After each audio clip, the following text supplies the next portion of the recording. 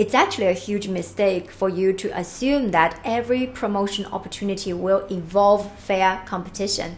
In reality, over half of these open positions are already predetermined, meaning the chosen employee for promotion has already been decided before the assessment process even begins.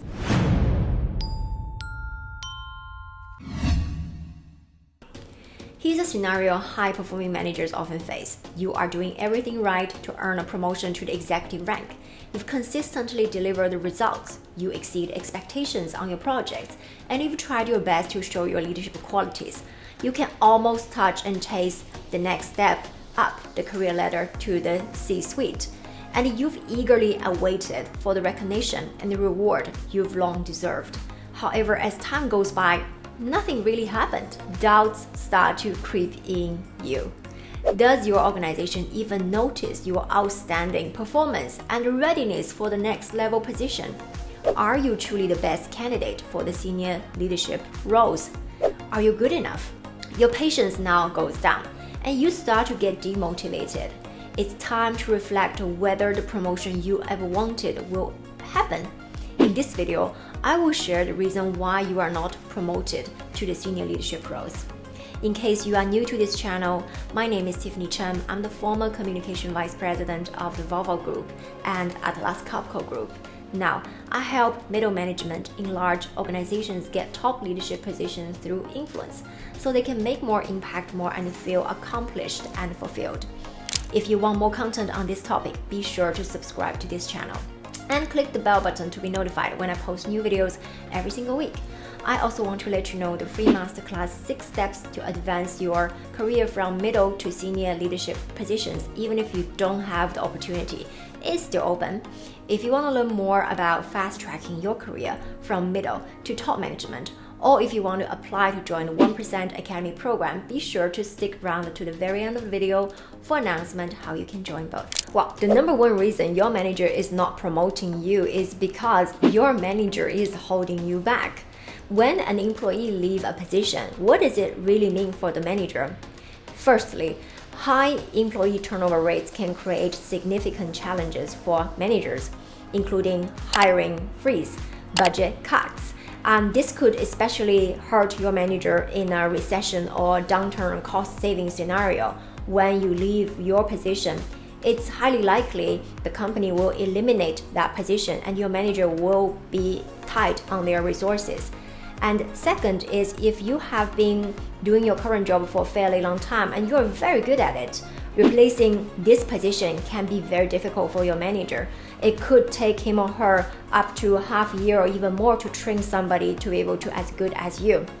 Additionally, many managers are not really rewarded based on their success in developing and promoting talents within their team. And this lack of recognition from the organization, from the senior leadership team, could discourage your manager from fully supporting your career growth, especially they have their personal motivation, and that is in a conflict with the interest of yours. And this behavior can also limit your chance of advancement in your organization. If you resonate with this, hit that like button for me. The second reason is your manager cannot influence the decision-making committee. Your manager serves as your personal advocate during discussion that happens behind the doors. For example, talent reviews, succession planning, strategic project assignment, and salary discussions. And their opinion about you has significant weight because they have been working with you closely more than anyone else, and they have the first-hand knowledge of your performance, capabilities, and your potential. Their advocacy holds a high level of respect and influence within the promotion committee. But unfortunately, even with all their good intention, it's often true that your manager may not be skilled enough at effectively promoting candidates and influencing up. Plus, if it is your manager's job you are expecting to get, or a job that is equivalent to that level, the decision maker is not your manager. Next, you have only been receiving positive feedbacks from your boss. Here's the truth: managers don't always provide complete honesty and transparency to their employees. When your manager only offers you positive feedbacks, and they may be avoiding negative information so that you will not feel frustrated or even worse, if you want to quit. Also, let's face it, nobody likes to give negative feedbacks, and most people are not comfortable handling these critical conversations that could be awkward and that could be upsetting you.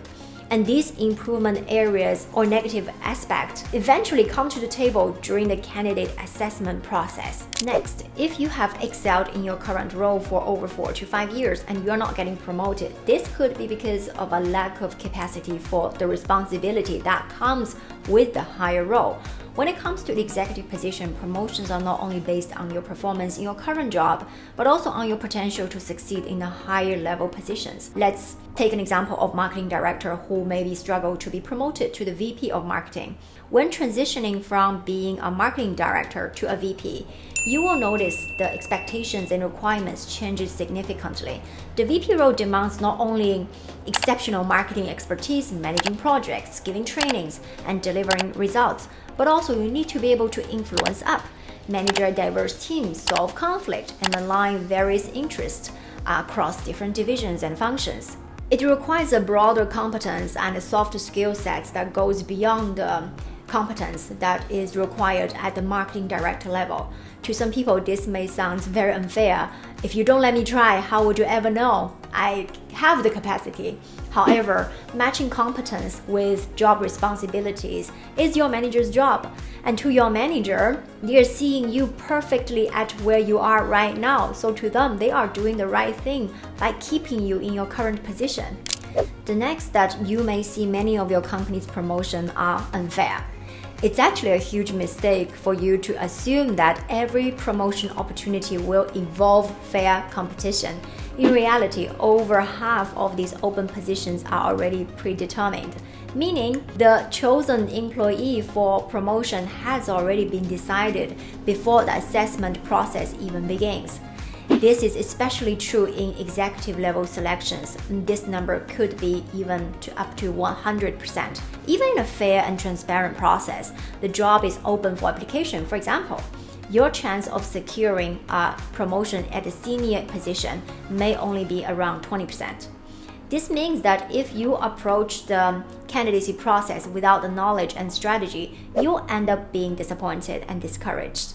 It is therefore essential for you to understand what are these false openings within your company and whether the ones you are targeting has already been secretly filled. Now, have you experienced this? You want to comment below.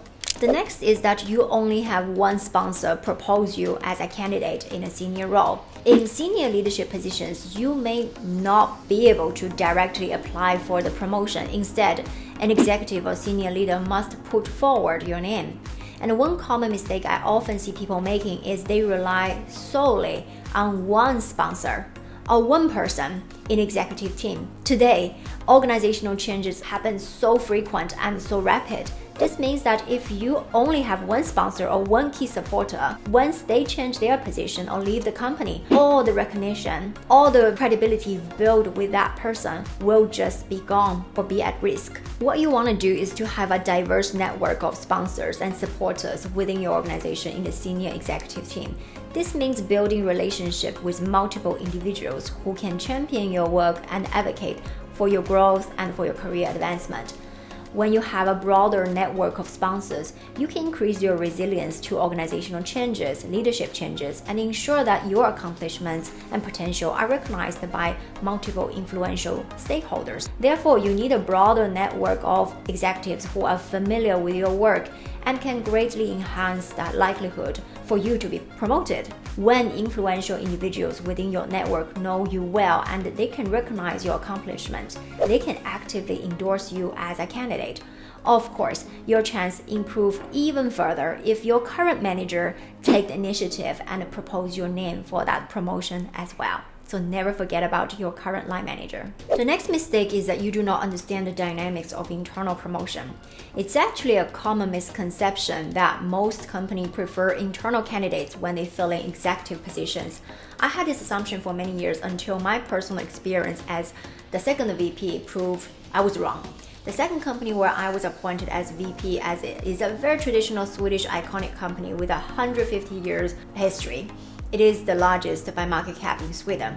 So when the VP communication role was open, I was firmly believing that among 40,000 employees globally, they must have already appointed somebody for that role. And even if it was a fair competition, I also assumed someone internally will be even preferred. So despite all the doubts, I decided to apply for that position. So to my surprise, the company was specially looking for someone from outside of the organization to bring about transformation in their communication, marketing strategies, and overall brand image. So this experience had me change my misconception I had for years that internal candidates are automatically favored for executive roles. Now let's look at some research numbers. On average, senior executive teams are made of a combination of 45% internal candidates from the same division, 38% external candidates, and 17% executive from other division within the same group. As you can see that companies prefer a mix of internal and external talents when they fill in executive roles. What you want to do is to understand that opportunities for advancement exist for both internal and external candidates, and each hiring decisions are really based on specific needs and goals of the company and its own business cycle. The next mistake is that you're applying for too many promotions. Continuously looking for different internal promotion can give the impression that you are desperate. Moreover, if you are being rejected multiple times, this could have a negative impact on your reputation and your future chance of promotion. Some managers may perceive a promotion outside of their team as a sign of disloyalty as well, and this can potentially affect your relationship with your manager, so you want to be aware of that. We have a specific process in the 1% Academy program to help middle management get senior leadership positions and become the top 1% of a company in terms of impact and income. If you want to learn more about it, I'd encourage you to watch the free masterclass to find out my 6 steps to advance from middle to top management. In the masterclass, I'll show you the detailed steps myself and all my clients use to become the top 1% of a company in terms of the impact and income, with the right process and right order, so you know where exactly to go from here to the next level. You can sign up at inspiremyday.org/masterclass. Or if you want to submit your application to the 1% Academy program where I will be coaching you, click the link in the description below to book a free consultation call with me. For now, I'll leave you this video to find out how to position yourself for an internal promotion. I'll see you there.